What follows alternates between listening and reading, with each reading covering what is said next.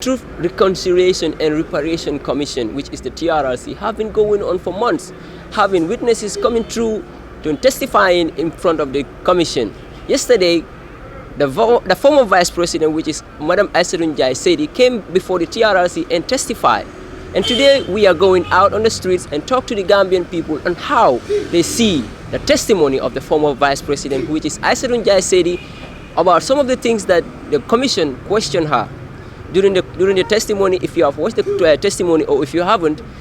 most of the questions that the commission asked the former vice president, she denied most of the questions. She ignored them by saying, I didn't know, I'm not aware, or I have forgot some of these questions. So now we'll go out to the general public and ask about their opinion on how they see the testimony of Madam Aïssatou Njie Saidi. With me, Ibrahim Jambang, and behind the camera is Aïssatou Jallow. Follow us and we'll bring you more of these. Thank you so much. ñu ngi nii nag si mbedd bi di génn waxtaana askan bi ndax den dee seetaan TRRC ak démb mbax gaay seetaan nañ TRRC bi lu dem si former vice president bi Aïssatou Njie Saidi ak naka la gaay gisee testimony bu mu def because testimony bu mu joxe dafa rimbe réew mi ku nekk di wax ñëw na nag lu ko laajte most of the question dafa wax ne I cannot remember maanaam mënut a fàttaliku lu dem si noonu am na ñu wax ne because doomam bokkut si am na ñu wax ne xëj na dafa màgget moo tax mënut si fàttaliku waaye duñ def dara dañoo ànda yéen de waxtaana askan bi gis seen xalaat ak seen gis-gis lu dem si testimony bi Aïssatou Jallow Gambian Talents TV may jaay jëfal suma caméraman bi nag Mr Jambam moom bay force im foog nga jaay jëfal ko balaa muy def liggéey bi aɗigol almid meɗaka moy meɗa kala moy meɗa ka jibe télé ɗo min keta TRRC te mi alan ko anata jang ay kari jama ke jang kabringa kumasta mo jama nata nan TRRC ka diamu ka testimony ke ka kumo foye ke ñinin ka kumo le mi alan ko wala tambita nu min keta former government time oti ye ñinin ka question wala min tambita ji kununde nga mosiro min keta na former president former vice president min keta Aïssatou Njie Saidi anata TRRC ya ñinin ka wala min alan ka siara bide ma findila banda nim badi ngole kacha min alan ko ye TRRC jibe wala min alan ko ala moy wala hani mala moy wala ma jibe bari ya moy kibarol to ay tele jeru to ye ala testimony ñi yaaje ñaadi de alna bari ma Ibrahima Jammang anina camera ledi min ba camera ko ma Aïssatou Jallow mo bulam ma findila sare ko nga mol ñinin ka isa fo mo le TRRC du Aïssatou Njie Saidi la testimony itola yaaje ñaadi de alngata sare ko assalamu alaykum na hotuda man maa ngi tudd Daouda Gaye Daouda Gaye jéem a Aïssatou Njie Saidi ku nekk former vice président mi Gambie dafa ñëwoon TRRC testify seetaan nga ko non seetaanuma ko de waaye déglu naa ko boo ko déglu yow naka nga gisee testimony am bi man de yow dagg-dagg li ma ci déglu man li ma ci jot a déglu man rafetlu naa ko parce que li mu wax c'est normal wax na wax ju correct te it wax na waxi nit parce que dégg naa ñu ko laaj lu bari ndax yëgoon nga ko mu ne la yëg naa ko waaye afta parce que tey loolu enu na maana ndax mbir boo xamee ne yow joxe wala ordre bi du de yaa joxe woon ordre bi wala ki yaa yónni woon diw ne leen dem leen defi nangam defaloo lii waaye ki dem dafa def ba pare bu fekkoon moom Baye président la léegi lu jógee ci wàllu kaaraange gi dem fa dama yaakaar ne ci kuñ dénk wàllu kaaraange gi kooku moo war a mën a xam ci loolu dara ci li ma foog man suma xalaatu bopp laa waxuma li am suma xalaatu bopp laa jàpp naa ne ki joxe ndigg ki nekk ne moom lay wax ne moo yore wàllu kaaraange kooku su yëg di am da yaakaar naa li ku ñu rey war nañ koo yëg kuñ toccite war na koo yëg yaa ngi dégg kuñ rëy war na koo yëg kuñ toccite war na koo yëg waaye ki nga xam ne nag moom Baye président la Baye président bi moom su ne yëguma ko moom mun na koo yëg moom mun na ko def waaye ore bi mën naa ñàkk a jógee ci moom te it wax dëgg yàlla man daal li ma dégg a démb mu wax bokkuma si ñu ko ñaawlu nañ na nag andi fottin dina wax dinañ ko waat mu ñëw gars yi nag first one bi da ngaa ñëw wax li seconde bi nga ñëw wax la le ci li rombaale li ma gis man gisuma ci man benn problème boo xam ne ni moom war na ko see mën a am waxoon na tamit mu ne liggéey ak former président bi Jammeh si government bi dafa métti torop wante ñeneen tamit dañoo wax lu tax bu mu nekkoon di liggéey ak kooku su fekkee ne liggéey bi dafa métti lu tax moom bàyyiwut waaw xam nga doom nit li olof di wax kenn ku ne moo xam màtti lalam te ku ne xam ne Yaya Jammeh ne Yaya Jammeh dictateur la woon kenn ku ne xam ne Yaya Jammeh liggéeyam te it xam nga ay mbiram loolu ñun Gambien si suñ ci waxee loolu di ci waxee dañuy wax lu ñu neex rek waaye Yaya Jammeh ku ne xam na ne neew nag moom du heure boo bëggee bàyyi du heure boo saa boo bëggee bàyyi ñun moom dañ ci ne di wax rek bëgg a yëngal naan lu tax warutoon a bàyyi lu tax warutoon a def nii li taxoon mu toog sax mënuñ ko fee génnee loolu moo tax maire bi toog sax ba mënu du fay jógee ñun ndax yàgg nañu dégg ñu ne Yaya Jammeh yàgg nañ koy yónni ci élection waaye du nangam ak nangam soo ñun yàgg nañu dégg loolu soo lu tax bi ñu xamee loolu du jóguñ dal ci kawam te pour mu génn mënuñ ko woon. Démonstration bu amoon fii 2000 April démonstration buñ ko doon laajte woon boobu yëgoon nga ko. démonstration bi fi la ma fekk Babacar Diatta keroog bi ko boy si di sorawoon fii maa ngi taxaw. de boobu noonu yow lan nga ñu mën a wax si loolu tuuti loo ñu si mën a wax si loolu. waaw lu ma ci mën a wax mooy ñaawlu ko rek cos ay xale lañ doon am luñ seen gis lu nga xam ne nii du yoon ñu taxaw di ko lijjanti pour ñu teg ko ci yoon dëgg la ñun dëkk bi fii luy problème bi di olof di wax ñiy gàmmu ak ñiy raas dem dañoo bokkut buñ na démonstré am na ñoo xam ne yàq leen tax a jóg ndax keroog bi xale yi di génn am na ñoo xam ne ñu ngi ci bitig jàmbur di dajji waaye xam nga bu waa li ñuy wax citoyen yi la ñuy wax xale yi school yi la ñuy wax waaye fekk du xale yi school yi xale yi ñoom la leen naqari lañ doon def waaye nag pustul kenn du ko jël teg ko si doomu aadama ndax keroog ku ne gis na lu xew ay nit di daanu ci mbedd ngay xool doo ko mën a rafetlu. la mooy nekk sa mujjanteelu kaddu bi ak ñun suñu lay seetaan. sama mujjanteelu kaddu daal mooy Gambiens ñun Gambiens nañ gëm suñu bopp. donc nit gëm sa bopp dafa baax te ji nga réew mi politique waxi xëy na ci radio yi wax politique bi nii politique bi nale politiciens yi ñoom ñëpp a yem Yaya Jammeh woo Adama Barrow woo ñëpp a yem ñi bëgg a ñëw sa ñëwaguñ sax ñoom ñëpp a yem daa ma understand fi may waxee bu baax nañ wax nit ñi ban programme lañ war a defal réew mi waaye na ci radio bi di xas Yaya Dabo di xas Adama Barrow gars yi Adama Barrow di xas Yaya Dabo waa APRC di xas kële waa Mama Kandé na fële waaye kii de loolu defarul réew dëkk bi yoon dëkk baa ngi nii yóbbu ko ñun ay taxi driver lañ boo gisee moto yi ne réng taxaw ci dëkk bi amuñ yoon yi ñu ngi ko war a defar àll baa ngi nii baykat yaa ngi bay seen ñu ngi ci àll bi depuis ñaata weer ñu ngi ci àll bi di bay nañ bara bëgg a dee gisuñ kenn ku dem ci àll bi dégguloo waa àll bi jàmbat kuréng dégguloo ñu jàmbat ndox dégguloo ñu jàmbat lenn waaye lu ñuy àll bi lu ñuy jàmbat mooy ku ñu dimbale ci suñ mbay mi nañu dimbale ci engrais nañu waay ji dimbale ci jiw nañu dimbale jëndal ñu suñ price gerte gi price bu baax waaye àll bi léegi nit ñaa ngee bay dañee bay bara bëgg a dee kenn faalewu leen doo dégg kenn kuy benn opposition bi wax si radio bi ne mbay mi ne le mbay mi ne le mbay mi ne le li ñuy wax mooy Adama Barrow nii 3 years bi ne le Yaya Jammeh nii ne le 3 years ñun dañoo sonn si 3 years bro nañ xool liy defar réew mi waaye nga ñëw everyday nga ñëw wool fële wala génne programme bi ki la ñëw wax fii wax fële politicien bi ñuy wax nii dara lañ ci gëmul ñoom ñëpp a yem ku ciy wax ba falu it bu ëllëgee mooy raw kii yaa ma understand léegi man li ma miin mooy suñu waxee ne nañ fi génne Barrow ci 3 years bi léegi 2 years bi nga ne na nga fa teg keneen nga ñu léegi li xew Barrow dafaa yaaxa agreement bi jeex na nañ fi teg keneen 2 years léegi ki ngay teg 2 years nga agré ak moom 2 years moom it mu dem 2 years yi jeex mu def ni Barrow ne léegi damaa mottali coow du judduwaat foofu ndax Gambie am nañ xaalis boobu noonu bu ñu war a def fii nañ def élection fii defaat fële élection dénk kii bu dee dénkaane la ki xas yor nañ ko jox mu yore ko bu 5 years bi jeexee su dee ñoom lu ñuy wax dëgg la si ñoom kenn ku ne samp sa candidat bu la mbooloo mi gëmee wooteel la mais li tax doomu aadama li tax nit ñi di la topp yow yaa koy jëf waaye du taxaw ci radio bi di xaste Star FM nii lañ def QT bi na la def déedéet bu QT bi di wër di liggéey Star FM toog fële di critiquer di dem sale QT bi day dem rek léegi nag soo bëggee fu QT bi àgg nga àgg da ngay def ni moom di liggéey jox nit ñi programme yu leer nañ ñi xam ne kii lii ak lële la yaa ngi dégg seen rëttali radio bi ci radio yu mujj a juddu la bokk ndax dafa des gannaaw desut gannaaw da ngeen amut ci wax rek da ngeen di jëf because first time lii amutoon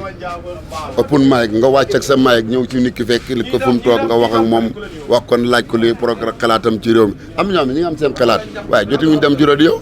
amuñ ko fa def waaye boo waaxoo ñëw ci ñoom ñu wax ak yow tey bu njëkkoon réew mi fii bu njëkkoon koo fi taala maa ngi mooy la bro maa ngi cool te mu ngi am lu ko naqari nañ góorgóorlu defar réew mi jafewut a defar te bàyyi xaste wante bi amul benn njëriñ gis nga tey ji bu ñëwee fi ñaa la triyees dañuy génne nii triyees yow mos ngaa gis démonstré ten am nga xool ñu ne booy bale sol kii bi mbubb bi doomi la daabo la mos nga koy gis yow mos ngaa dégg ñe la ndoo bale Mohamed Diame la mos nga koy gis doo fa gis doomu Khalifa Sall doo fa gis doomi Sidiya Diat doo fa gis doomi Mama Kandé soo ñu fay ne sa rakk suma doom sama keneen ñu dem ñu dóor ñu tëj li ci gabe ñu naan nañ génne booy si booy yi ñu doon jàpp barki dem fii di leen doon yóbbu ko di leen àtte gis nga ci koo xam ne dañu la doomi kii la nañ am xelaat dugal dara suñu bopp ndaw yi nañ am fayda doomi baadoola yi ñoo ciy dee ci politique bi sa baay mu nga na le toog amul liggéey amul dara këram sax fenn bu mat amul ko ñu war laa génne ci mbedd jox la benn t-shirt ak benn $50 rawatina xale yi jigéen yi li nga xam ne yaa ngi war a toll ci sëy war a toll sa diggi njàng ñu solal la benn body jox la benn kii nga takk sa moto ñu lay di param-param yi di wax li ngaa yàq sa alal li ñu lay yàqaloo ci réew mi sa alal ngaa yàq li ñu lay yàqaloo ci réew mi sa alal nga yàq bi bagage yi ngay def ni government bee ko fi def boo ko fi yàqeetee boo léegi dañ koy tegaat sa kaw da nga koy fay bay foos tey bu ñëwee ñu ne gamtel bi lakk nañ ko def nañ ko fële ëllëg nga ñëw ñu jël la saako maalo $2000 di nga ne government bi dafa soxorut de yow yaa xamul li ngay def nit da ngay am xalaat sa bopp da am nit ñi nañ eew te xam ne politiciens yi dañuy bëgg a yuus di ñuy nax tey jii koo ci toogat mu ndaxaw fii di radio bi di la wër si di la seet si su faloo boo ko joxee loxo mu raxasu téléphone ndox ba nga ko doon wooyee boo dootoo ko am soo woowee kele mu la ndox bi nga woo doo ko mun a am nga fekk ko ci place na ko mbër bis sàngam dama la dajoon nangam mu la waaye afta dama bis waaye dinañ gisee dootoo ko gis nga ne foofu da matt naan di nga ko maam moo fi newoon maa ko doon doxal li ma mooy sa ñàkk fulla nit da nga war a eewu gëm sa bopp tey yéen a ngi ni ay ndaw ngeen yéen a ngeen liggéey doo leen nangu nit di leen jël di leen it yuus di leen dugal fële waaye nag am ngeen faydu ful la joxe mi nag ku taxaw ci mbedd mi di wër a kii ngeen jël seen caméra ngëp seen maayik daw topp ko laaj ko lu xew loolu lañ leen fi tegee Makuta Yaba kunun min kede former president Aissatou Njie Sila nata nun TRRC ka testify ya jibele wala ya la muyla ba kunun de nga atara labina banna bari nga lasu wano nga wotara jele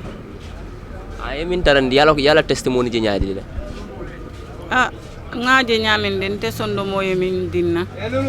wala mu nyindi ko nyanta nyin condition o min be tama kan nyanta bulalale kata be dami jongo dawo da nin ku min keta jibondi ngolo nga ko bontalata ko nola nyanta yom fo dila nyola aya fo fanan ko min ko demonstration min keta 2000 min keta April 10 dani April 11 demonstration mi yalan ko mo jawal foti neology ata ya fo ko min ko wo keta wato min ata mo kalamu ite la ko min ko min ata ba kan ata mo vice president do tema ma kalamu do fodum aba ayo fo mo ko ken sangol ana kuma ken sangol fa man to nya foto katun kuta kenola president o ye ku min kalamta te man ku kalamta woto man ke ku setorinte ay ku kalamta jen yalo jongo iba balurin to nya fodro ni ngala na la kilate mo katun to nya mo kilinete ni fate to nya le ni baluta to nya le moto lo to nya kandoro ale min safe wala be kala barakana kuma fo mi yalo ka man soto min soto tay wo ala testimony fanan kono kununga ya fo komin ko do ko pour ka ini yaaje mel do ko kolera bagal pour mon yaaje mel ko mene do ko kan do ko de mi an ka mon son ya do ko kolera bagal bar hanen kabi ata fanan ke vice president mi alon ka mi dem sa kunda kono ay sanyi mo be ke ñu jele mol bañi mol sanyi ngaro fanan ke mun atina da do ko lu janu ning atra do ko ñin kolera mun na me foño yalon nim moye do ko di le mam min duno tano e nyanta bulalal kana dunota itamin tano itamin sambanola dunota mi yalon ko isa sambano ni mam min sambano fengo kane dun dije kudo kane dun dije finti je do ya itandi yala ko nyin duno min din nan tatano la man sa ya sira ngo diata le wala ni palaso di la siyo diata le bari siyo la fonyo la dia kanati ne dun ku ko ne manyana dun na min kon ate fanan na testimony kono niaje nyinin kar yamal bi niaje nyinin kamina koy ko malo wala niaje nyinin kamina koy ko nyinatale wala ma kala muta dulwa fala fanan ko min go nying aba fena ma bakan dulwa fala fana asekino ma kala muta wala nyinatale ite lam jero mu natandila fo ala ke baya sa ke wo satin na nyina katu yalon ke bani mota ta fa ke baya ta ko dol bi ja ka sai dindi ya positionol barna ka ma kalamta ay ko mo le fodromi yalon ko kuso to balolo bar kalamta bal ya ko mante kalamtal saya mo makire lokuma la mawti min be jibe kangani samu yamar la fono gambe mol be samin fono gambian ole doron nga dankene yata baluwo kono dankene ya wole ma beti katu president Adam Barrow alale ya dinna te ni ngale yala wato ba nga bitale nga wo dankene yata doron ay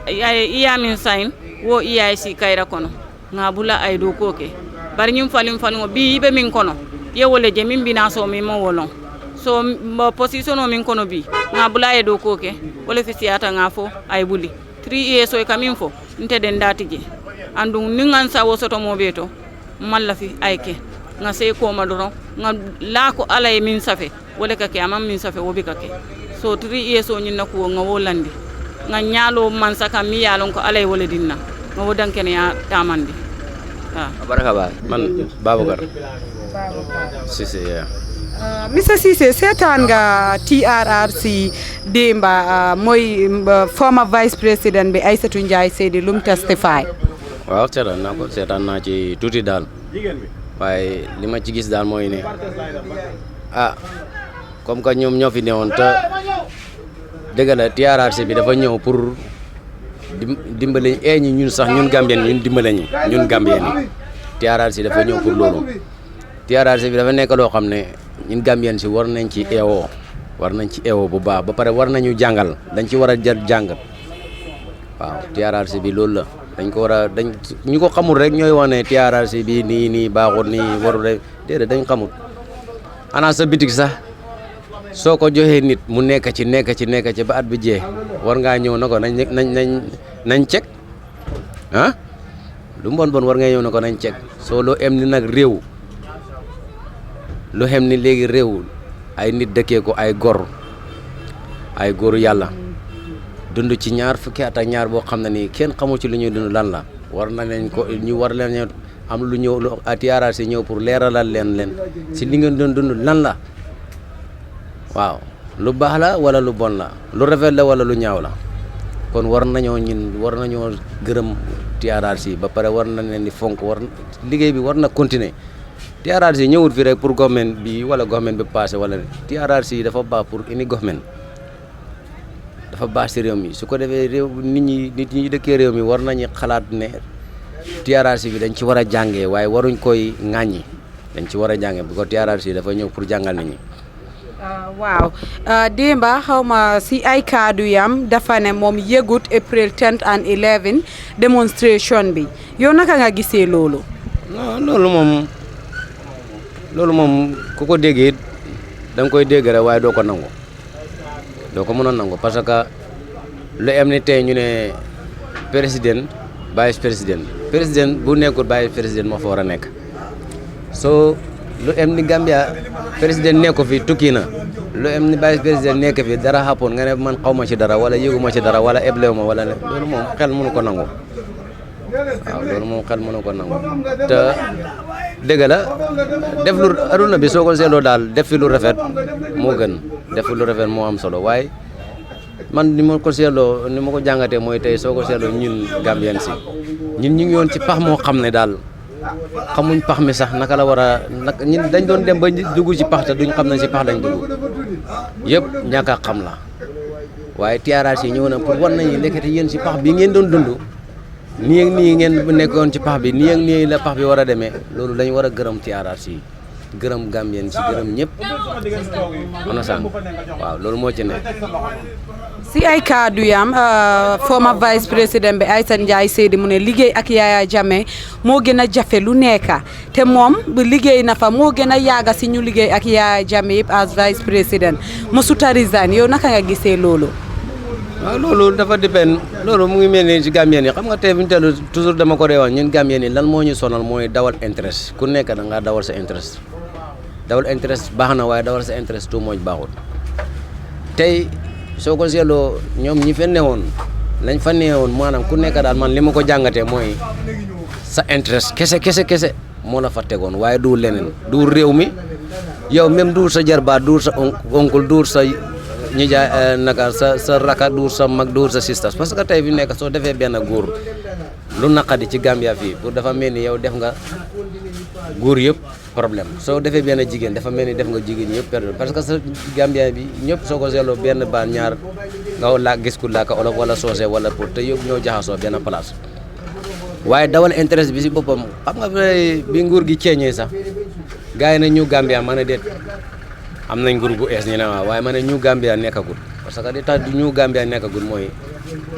Gambia il faut ñu ceeñ xol yi dawal sa intérêt baax na waaye dawal sa intérêt too much baaxut Gambien nag dawal intérêt am rek la gis dawal intérêt am rek te yow intérêt bi ngay daw sax yow si sa bopp yow mi koy daw sax est-ce que ndax yow doo seet ndax baax na si yow wala baaxul si yow Gambien tey fi nekk nga gis koo xam ne mu ngi dawal on intérêt am xalaatu ci lenn xalaatu rakam xalaatu papam xalaatu moom kon on moom kenn intérêt am rek dawal ko rek jaral na ko lu nekk jaral na ko ñu rey sax rakam oo ñu jar rey maam oo ñu rey xam nga da ngay waru soo loolu fi mu nekk attitude boobu foog ñu ceeñ ko foog ñun Gambien ni ñu ceeñ suñu attitude boobu noonu mu nekk Gambia daroon nekk ñu Gambia waaye tant que loolu ceeñul Gambia nekkagul ñu Gambia de. dafa mel ni suma jàngatee si sa ay kaddu moom former vice président bi Aïssa Ndiaye Seydi interest am moo fa nekkoon moo tax mu yaagas. ñoom ñëpp la ñoom ñëpp président bàyyi sa ministre ñu ci nekk ku ci nekk lan la am nga freedom yaa ngi war moto bu ne yaa ngi dëkk fu ku correct xam nga yaa ngi free daal interest boobu rek jaral na la yow pour maanaam doo jéem a xool ndax yow sa sët wala sa oncle wala sa nijaay wala sa papa yi ñu ngi ci problème wala noonu xooluloo yow li ngay xool mooy yaa ngi war moto bu neex yaa ngi dëkk fu ko rek yaa ngi free yaa ngi Mumbai yaa ngi am nga yéen a ngi am lu leen neex daal soo man loolu laa ko gisee ñoom ñi fa nekkoon ñëpp seen own interest rek waaye du doon interest réew mi du interest pour nga xool ne lii ndax mu ngi laal suma sët wala suma maam wala suma rakka wala suma yi xam nga ñoom ceguñ loolu daal lu ñu ceeg mooy ku nekk daal yaa ngi sa own interest waaw own interest ba léegi ku nekk ba léegi sax Gambien ñu ngi koy dund government bi sax ba léegi ñu ngi koy dund am na suñu ministre yoo xam ne seen interest la ñuy daw ñi fa nekk yëpp seen interest la ñuy daw il faut attitude boobu noonu ñu ceeñ ko Gambia doon nekk ñu Gambia parce que te boo gisee benn système mu jóg mu wane na système bi dina la neex léegi nii waaye ndax da ngaa seet na système bi ndax ëllëg naka la war a mel si yow wala naka la war a def sa réew. dafa mel ni démba si ay testimony former vice président bi Aïssa Ndiaye Seydi lu mu gën a tontu mooy lu mu ko laajte mu ne mënut a faataleku lu mu wax rek mu ne mënut a faataleku yow yaakaar nga ne dafa am lu moo noba o dafa nekk ne mënut koo faataleku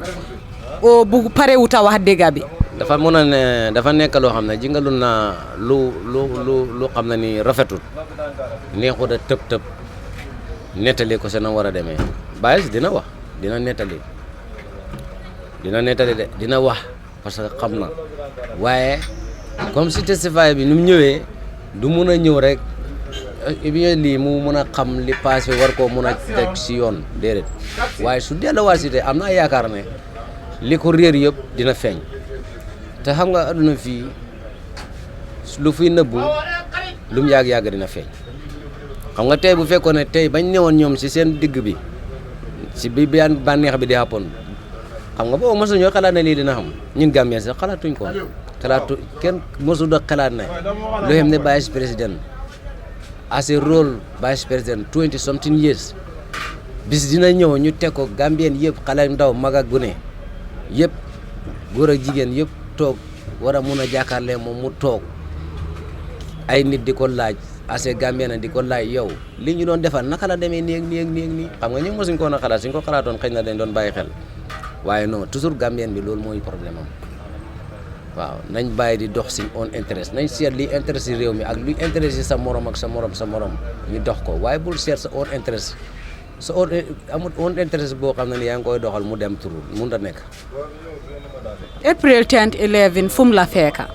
man fekka na ma fi waaye tey fi mu nekk nii man li ma fi yaakaaroon na mu doon demee ak ni ma yaakaar noonu la demee ni ma gisee ne noonu la demee yégee ne noonu la demee du benn parce que man mu ngi ma fekk Bundung dee boobu mu xappoon ñëw na ngoon bi Westfield waaye bi ma ñëwee li ma gis mooy ne pour problème bi mu ngi xappoon comme like boori Kanifing area soo si laa dégg ñu ne ma rey nañ ci benn journaliste bi ñuy wax Omar Baro dëkk Latrikunda fii soriwut suñ boor la fii rek ak ay xale loolu rek laa ci yëgoon waaye TRRC bi ñëw na ba wan ñi ne du doon fii rek la affaire happen xam nga keroog bi may xool di def ki doon TRRC bi ki nekk dëkk London noonu di wax doomam ñetti xat bañ ko jàmbal ak lim ci daj jógee na fii pour dem ci lopitaan ñetti fan ñi téye ko ci lopitaan laaluñ ko waxuñ ko dara try na moom on système moom pour war a try jógee ko fi yëpp ko lu xam ne Dakar ak coono gi mu ci daj te mu jégu dund xam nga loolu dëgg-dëgg loolu comme léegi dafa mel ni comme boo ne kooku góor la Gambien la dafa mel ni lan na Gambien yëpp boo ne xale bi tamit xale Gambien la lan na xale Gambien yëpp xam nga loolu dafa fekk loo xam ne nii dafa ñaaw loo xam ne nii daal kenn mënu koo wax waaye su ko defee ñun Gambien si ñu jël si jàngat bàyyi waat suñ xel ne lii war nañoo seet lu ñoo def ba lii war a mun a dootul amaate ba pare ñu woon ko mun a solfu waaye li ma gis daal mooy dat government ba government bi daj ku ci nekk daal sa intérêt ma fa toogoon man nag su desee si man mi lay waxaat nii ku ci nekk loolu lu waa wax ci teg si yow rek dañ ko teg amul baalal kenn man bu dekkee man amul ku ñoo baalal parce que suñ baalalee ëllëg dafay taxaat leneen xàppul parce que government bi moo fi nekk ëllëg mun naa ceeñ beneen government ñëw kooku melaat beneen melokaan woo xam ne lii mu fay ñëwaat amaat waaye suñu wanee ne lii dafa war a nekk suñ on situation boo xam ne Gambien si yëpp war nañ cee mun a jàngee ñu doxal ko képp koo xam ne lu waa teg na la nañ ko teg si yoon waaye man pour man bu desee si man la duñ baalal nobody parce que neexut man mi lay waxaat ni sax rey nañ suñ mbokk ñun suñ mbokk sax rey nañ ko ci mooy Mamour Cissé ak ñoom kii ñun suñ mbokk lañ soo di nekk si minute danga daal loolu kañ la si April 10 and 11 wi ndax in a separate situation loolu ñoom mooy ñi wàcce woon jógeen Amérique wàcca fii nii mooy jongala si xaama ñu ne di nekk si minute dañ leen yóbbu rey leen biñ leen di déw pour rey leen ñu ne waa ji seen boos na leen soo leen demee rey leen ngeen daggatee leen yooyu yëpp dégg naa ko si TRRC man boo ma ko déggee si TRRC bi laa ko doon di gëm waaye mosu ko mën a gëm nga ñëwaat 11 bi liapu mbir kama mosuma ko yëg parce que ndekete 3 du Gambia lépp yëpp yàqu-yàqu mu doon xam ñun xamuñ ci dara TRRC te fi mu nekk nii ñëw na ba nga xam nañ yooyu yëpp man si laa ko xamee kon yow daal mënuloo baalal ñu toog di testify ba pare ay baalal ma dama doon nekkoon ndaw moo taxoon ma def lii ak lale yow su dee yow doo leen baalal non man bu desee si man la duñ baalal nobody parce que lii problème mi ku nekk yaa ngi li ma la wax ne sa own interest nga fa doon daw because su doo doon sa own interest war ngaa mun a seet plan boo mun a jaar ba mu wóor na yow sa doomi réew moo la ñor sa dëkk moo la ñor nga jéem a seet beneen pexe boo xam ne da nga ci jaar ba rëcc Gambia rëcc ko yomb na waaw yaa ngi gis ne tamit 3 years baa ngi ñëw jot si soo seetloo si lu xewoon April 10 and 11 ndaw yi la gënoon na affect am na ndaw yu bari yu ñàkk seen bakkan ba tey nag tamit right now ndaw yi ñoo gën a nekk di waxtaane ay 3 years bi and every Gambian is concerned about these 3 years and 5 years jot na yow lu si sa xalaat non loolu dafa dépend xam nga tey fi mu nekk nii ñu ngi ñëw ne 3 years xam nga 3 years bi li ko cause mooy Gambien ñoo war a seetaat seen bopp ci kaw ne lan dat government bi muy war a sosu government bi muy war a sosu kan moo mosoon a xalaat ne government bi dina fa génne government bale jos dañ doon dem rek ak ndimbali yàlla dimbale ñi gars yi ñoom seen bopp ñuy waxtaane ba d'accord ci kàddu yàlla loolu ñaan ko nangu la xam nga ñoom xamuñ sax liñ def yàlla moo ko def nekku ne ñoom ñoo ko def de yàlla moo leen conduire ñoom ñëpp ñu mun a toog waxtaane na nañ booloo ñu ànd suñ ko deful lii du mën a ceeñ soo ci biir loolu ñu defoon seen agreement bi nag agreement boobu gars yi ñu ngi si woon sax waaye tey ñoom ñi ko xam ne ñoo newoon coalition bi ànd war a def programme boobu noonu pour war a ànd nekk benn boo leen laajoon fi ñu toogoon di waxtaan ñu ngi ko doon waxtaane de waaye ñoom seen bopp ku teg xaroon àggoon seen xol yi laaj leen gëmuñ noonu ne suñ ko defee sax nguur gale dana fi jógee ndimbale yàlla moo fa nekk su ko defee comme loolu appoon na lañ war a def mooy na sant yàlla ñoom yàlla def na Gambien si nangul leen déggal leen yàlla kondel leen bañ hôtel leen ba nga xam ne léegi wii nañ ci biir ñoom nañ doon agri du doon agri boo xam ne ñoom lu leen wóor la koo ci xaroon xolam dana la leer na la gëmu ne li ñoom li ñu doon def noonu gëmoon nañ ne lu war a nekk la yàlla moo ñëw mbiram rek mu sotti su boobaa la ñu war a def mooy sant yàlla fàtte ne waa comme demee na noonu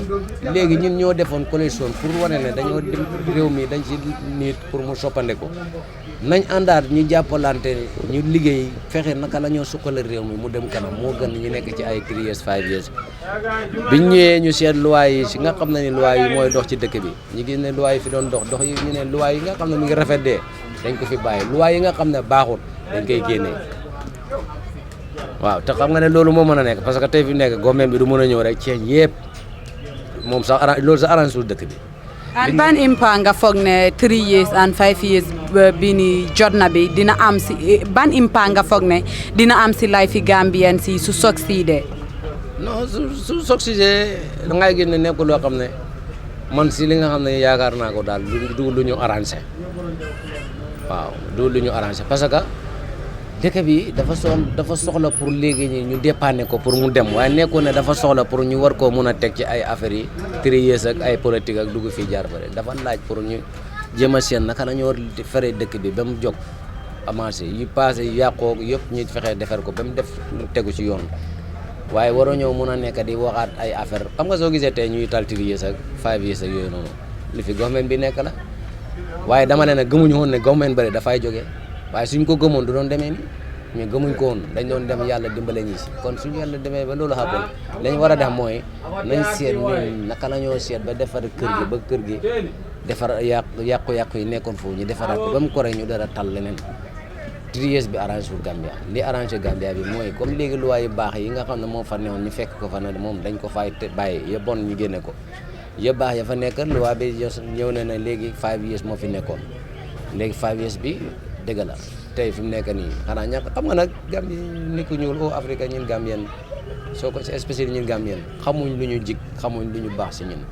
ñun daal toujours keroog sax dama ko wax ma ne ko soo ko seetloo ñun dund bu ñu doon dund sax moo gën ci Gambien si because Gambien bëggul jàmm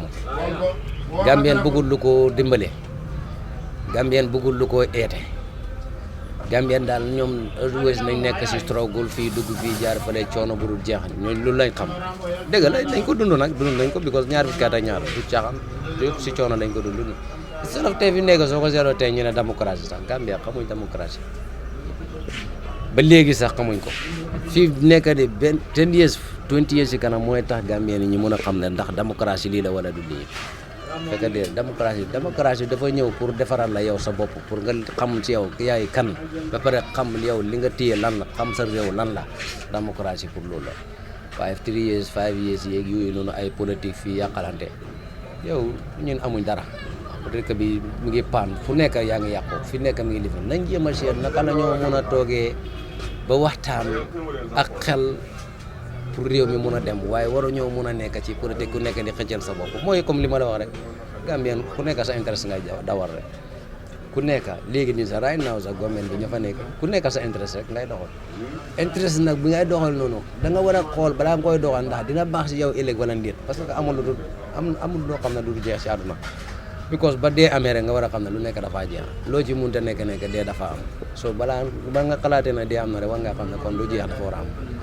lan mooy nekk sa mujjanteel kaddu si ñoo seet. waaw li mu mujjanteel kaddu bi mooy ñun Gambien si daal maa ngi leen di sant ñu bàyyiwaat suñ xel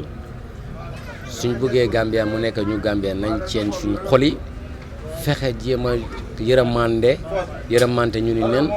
jéem a bàyyiwante xel ñu ni neen jéem a dimbalante ñu ni reen bañ ku nekk dawal sa own interest suñ ko defee rek du baax nañ dawal own interest yi réew mi ak suñu morom ak suñu rakkat suñu yaay suñu papa suñu yooyu suñu sa waaye boo ku nekk bu dawalee sa interest rek réew mi du baax sa kër du baax sa réew kër sax soo ko seetloo ña fa nekk tey fi nekk nii soo nekkee ci kër ga jiite kër gi di dawalee sa interest benn boor sax kër ga du mën a correct bu dee si jabar yi la sax boo eeninoo sa kenn sax kër gi du mën a correct bañ nit ñi xam ko sax doo ko mën a correct booy kër gi xam ko sax kër ga du correct du réglé wu kon li am solo mooy nañ fexe teg mbiri ci yoon bàyyi xel ne fii àdduna la ku nekk dañuy jaar jàll rek waaye su ko defee ñu fexe ba rafetal loo xam ne daan rafet fii rafet fële fii moom du mujj ku fi yàgg-yàgg lu mu yàgg da nga dem loo fi nekk place lu mu baax dana jeex soo su ko defee damay ñaan Gambien si ñu bàyyiwaan suñu xel ñu yërëm mante ñu bàyyi dawal interest too much interest ku nekk di dawal sa own interest too much nañ ko bàyyi waaw tant que bàyyiwuñ ko Gambia nekkagul ñu Gambia de ku nekk daal suy dawal sa own interest seetuloo sa fin sa rakk bi nga dëkk sax o sa mag bi nga dëkk o sa waxuma laa keneen sax dëkk bi du mën a dem. Sir? Yes, good afternoon. How are you? I'm fine, thank you. What's your name? Abdullah Barrow. Abdullah Barrow, have you watched the testimony of the former Vice President Aissatou Njie Said on TRRC yesterday? Yes, I did. I watched it. I watched some part of it. Yeah. From what you have watched, how do you see the testimony? Well, it's very disappointing. It's very disappointing to the whole nation. Well, Vice President is not expected to behave like this, act in this way. Yeah, he was trying to run away from responsibility. Yeah, because someone already came who mentioned that he gave the order, but he was trying to deny all that and to run away from responsibility. But it doesn't matter what, she's still responsible, but she was acting as the president. She cannot deny. Even she deny in public, but still it's her responsibility because she was acting by then. Yeah. Yeah, from denying from responsibility, like you said. She also said she was not aware of the April 10th and 11th demonstration that happened back in 2000. How do you see that? No, it's very disappointing, honestly, because she was telling the commission that for 22 years she was not aware of all what was going on, because the hand was in honey, she was enjoying actually, so they cannot resign. And they even asked her, why not you resign? But she says she denies she was not aware of all what was going on. Of course, she would not be aware because she was enjoying this. So this is how my own perspective about the issue. She was just trying to run away from responsibilities. And week is late. She cannot run away from it anymore. Yeah. She disappointed the whole nation. Everyone was disappointed, honestly. A vice president is somebody served as a mother of the nation. Yeah, she was, obviously we are all disappointed. Yeah, and she also during her testimony, you can see that when the commission asks her questions, like she will be like, I don't know, or I forgot, or I can't remember. Do you think she was doing that deliberately, or is that due to her age, or because she was trying to hide something? Not the age. She was doing it deliberately, just to hide. Week is late. She cannot hide anymore. Yeah, like I told you, she's responsible. Most of these things happens in her time. She's aware. But she was scared she might be fired or she might be the next victim. She might kill her if she want to deny the president, not do this, what are you doing, this is not right. If she want to argue with the president or deny most of his actions, she might be the victim, also be a victim. Or she might be sacked from her position. This was she denied, what she was running away from. But there's nothing that she can say. She cannot escape anymore. Yeah, she's responsible fully. So concerning to what happened back in April 2011, April 10th and 11,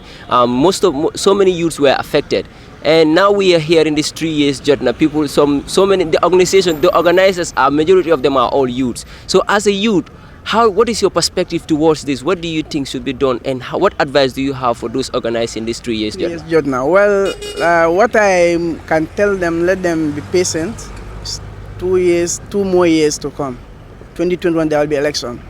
So, like if you listen to Halifa Saleh yesterday on the parliament, he said that obviously a coalition cannot do anything. None of the argument can work with the constitution. Constitution is far more powerful than the coalition. That was just the argument, MOU within them. But this one is a national constitution, drawn by everybody. We are all part of the constitution. So let's follow the constitution mandate. After 5 years, then we can go to the poll and vote. I think that what they use, what I can tell the youth, advise them, let them calm down, be patient, exercise some patience. 2 years is not much. Yeah, so let us exercise some patience, then 2021 we go to the poll. If we don't want the president, we don't vote for him anymore. But let them take it easy, because Gambia, we know the hard time where we come from for 22 years. Though we are young, but we have seen what TRRC is revealing to people. It's amazing, it's surprising, and it's very, you couldn't believe things like this were happening in this country. So let's try to avoid anything that can bring riot or chaos in this state. Let's try to avoid it, because we are all youths, so you don't know who's going to be the victim. Anything can happen. So let us, what I can advise them, let them calm down, exercise patience for after 2 years, then we go back to the pool. But let's allow the president to finish this mandate, 5 years, constitutionally. Mohammed Mohammed Sow. waaw. Mr Sow dan dee déglu oo seetaan TRRC. waaw dinaa koy seetaan time so time nag léeg-léeg am na yoo xam ne sax du ma ko xool mais comme dañ koy tegaat suñ ko tegaatee ma dégg ko am na yoo xam ne dinaa ko dégg ndax anglais la am na yoo xam ne olof la ñuy wax waaw mais bu démb bu Aïssatou Ndiaye Seydi bu démb bi seetaanuma ko mais dégg naa nit ñi daal doon wax ay xibaar ci moom la waaw. da nga gis ne démba bu Aïssatou Ndiaye Seydi nga ne déglu nga ko o dégg nga yeneen xibaar si bu moo testify ba ñu ñëw wasi affaire yi April 10 and 11 bi démonstration bi mu ne yëgut si dara yow naka nga gisee loolu. boobu ban année la amoon 2000 la xewoon. waaw 2000. boobu de yaakaar naa 2000 boobu fi la ma fekk boobu maa ngi jóge Sénégal fi la ma fekk waaw du boobu lañ taal fii police bi fii jamono boobu defe naa Yaya Jammeh dafa tukki woon de ba loolu di xew mooy xale bi mooy élève bi ñu reyoon student bi ñu reyoon waaye defe naa su président nekkul ci réew mi kam mooy yor constitution réew mi du vice président su fekkoon ne boobu xëy na nekku fi moom mën na wax ne fàtte na ko waaye boobu yàlla dafa def ne fi la ko fekk donc yaakaar naa pour wax boobu daal pour man war na xoolaat wax bi daal que fii àdduna mi moom moo tax luy nit di def daal da nga war a bàyyi sa xel ci lu bari ci àdduna parce que àdduna lépp loo def day dellu si waat moo tax looy def da nga war a fexe def lu baax ndax réew mi yaakaar naa jàmm moo fi xaj ak def fi lu baax du dëgg mais loo fi def nag ci lu bon wala nga def fi ci lu baax dina ñëwaat say kanam parce que yaakaar naa ñi koy poser question sax di ko laaj ñoom am nañ ci ay firnde yu leer ba pare soog koo di ko laaj kon war naa bàyyi xelam que ne moom liñ koy laaj ñu koy laaj xam nañu bu baax liñ koy laaj que lu mu def xam na ko lu mu deful xam na ko na wax la dëgg bi te yàlla tax ndax yàlla moom moo ëpp doole loo gis te moom mi ngi fi te ci kanamu yàlla lépp dina leer te balaa ngay dem sax ci yàlla fii la lépp di leeree te ñoom xam nañu li nga defar li nga deful man daal loolu laa gisee. waaw yow daal si sa ay gis-gis lu mu wax amut président su fi nekkul vice bi nekk fii luy dox si réew mi war na koo xam. ci yoon loolooy vice président réew de loolu suñ la tegee ci constitution réew mi de loolu la su fekkee yaay président réew mi lu fiy xew parce que armée bi jóg di dal seen kaw ku leen jox ordre du man du civilien moo leen koy jox wala président bi mi ngi ci ñeneen ñi ngi ci moo tax looy def daal na nga war a bàyyi sa xel donc pour man daal wax boobu man jëluma ko daal. da ngaa gis si ay kaddu ya mu ne liggéey ak former président bi Yaya Jammeh moo gën a jafe lu nekka waaye soo seetloo moom moo gën a yaaga si serving cabinet member si yëpp nguri Yaya Jammeh yow naka nga gisee kaddu boobu. waaw moom moo ci gën a yàgg waaw wax boobu li mu firnde dafa bari kon su taxawee yow soo taxawee ñu ne moom moo gën a yàgg ci nguuru Yaya Jammeh que ñëpp ba pare mu taxaw ne lu xew yu bari fàtte na ko wax boobu dafa xaw a tey xel par rapport ak loolu du dëgg koo xam ne yàgg ngaat président bi ngeen yàgg loolu. kon lu xew ci dëkk bi xam nga ko du dëgg kon soo taxawee tey nga ne loolu mënul xamoo ci dara bu da nga ko fàtte loolu wax la boo xam ne daal pour man wax bu xaw a jaxasoo la daal boo xam ne pour nga dafa naqari dégg daal waaw loolu daal laa ci sama xalaat loolu la ma jox nag. yow yaakaar nga ne si ay kaddu yum joxe dimba dafa nekk di ndoba dara o dafa parewut a wax dëgg bi o mun naa am nu moo waxee ne mënut a fàttaliku loolu moo am mënut a fàttaliku. waaw dafa wax bu gàtt rek xëy na parewut a wax dëgg bi. loolu laa jàpp mais li fi xew daal ci diggante bi fàtte xaju fi ndax caméra yaa ngi fi lépp li xew caméra yaa ngi ko téye nit ñi xam nañu nit ñi histoire yi xew xam nga donc pour man loolu fàtte mënu fi xaj daal donc loolu laa ko jàppee. naka yaa ngi gis ne 3 years baa ngi jot si soo ko relaté tamit ay April 10 and 11 2011 lu fi xewoon nekk lu doy waar naka nga gisee loolu an lan nga yaakaar ne 3 years jot na bi su succeedé ban impact la mu am si life Gambian si. 3 years Adama Barrow ba muy waat pour jël réew mi dafa waat ci 5 years 5 good years la waat ne moom lay téye réew mi. xam nga Gambien yi dañu war a delloo ci seen xel parce que réew dafa am constitution wax bi nga xam ne waxu parti la loolu ñoom parti la mais li loi bi wax constitution bi wax ko moom mu waat ne dinaa téye réew mi ci juróomi at loolu la waat te nit nag du waat ne dinaa téye réew mi ci juróomi at ci constitution bi waat 3 years moom wax la pour man wax bu yàqu la nañuy bàyyi 3 years bi nañ ko bàyyi mu yeggali mandaawam def juróomi atam du dëgg. su juróomi at bi jeexee ñu dem élection du dëgg ku yàlla war a teg ci bopp réew mi ñu tànn ko mu toog mais li ñuy def yëpp xëccoo li ngeen daan dund moo gën a metti li xew dund ngeen fi 22 xaw ma years boo xam ne yéen a ngi dund loo xam ne mënu leen ko jooy fenn ngeen mu metti loolu léegi ngeen dem ba yàlla dimbali leen mbir mi sotti ba jàmm am ba nga xam ne jàmm ngi ci réew mi léegi nag li des mooy yéen a koy sàmmal seen bopp ngeen bëgg a fitnaal Adama Barrow ndax lan 3 years foo loolu fu mu am bàyyi leen ko mu toog 5 years bés bu leen dem ba 5 years bu mot nag ngeen dem élection